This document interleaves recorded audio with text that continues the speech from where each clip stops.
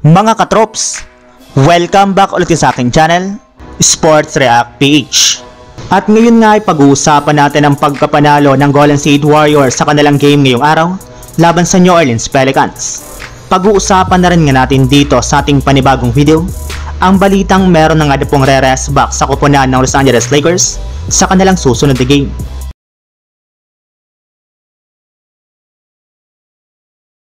Nakasurvive nga po mga katrops ang Golden State Warriors sa kanilang game ngayong araw laban sa New Orleans Pelicans sa score na 112-108 sa pangunguna ng kanilang player na si Andrew Wiggins na nagtala dito ng 30 points, 3 rebounds at 4 assists sa kanyang 9 out of 14 shooting sa field goal. Kasama na dyan ang kanyang crucial 3-pointer at crucial free throws para masil nila ngayong araw ang kanilang panalo. Bukod rin nga po sa kanya ay nagtala rin naman nga po dito si Stephen Curry ng 19 points at sina Brandon Podziemski at Draymond Green na parehong gumawa ng 11 points dito. Kaya dahil nga po sa kanilang pagkapanalo ay umakyat na nga po sa 12 wins at 3 losses ang kanilang kasalukuyang record bilang top 1 pa rin naman sa standings ng Western Conference. Sila pa rin naman nga po ang pinaka-dominanting team sa buong Western Conference. Habang sa parte naman nga po ng New Orleans Pelicans ay nasaya nga po dito ang nagawang 24 points ni Trey Murphy III at ang 19 points ni Brandon Ingram, since bumagsak na nga po sa 4 wins at 13 losses ang kanilang record bilang ikatop 14 sa standings ng Western Conference. Samantala, punta naman tayo sa ating sunod na pag-uusapan sa balitang meron na nga pong re-rest back sa koponan ng Los Angeles Lakers sa kanilang susunod na game. Matapos lamang nga po mga katrops ang napakasakit na pagkatalo ng Lakers sa kanilang last game laban sa Orlando Magic, ay balik ensayo nga po agad ang lahat ng kanilang mga players sa loob ng kanilang pasilidad.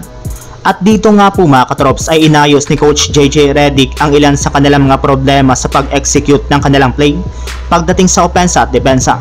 Pinagtuunan na rin naman nga po nila dito ng pansin ang paggawa ng free throws, kung saan lahat nga po ng kanilang mga players ay nag-practice nito sa simula hanggang sa pagtatapos ng kanilang workout.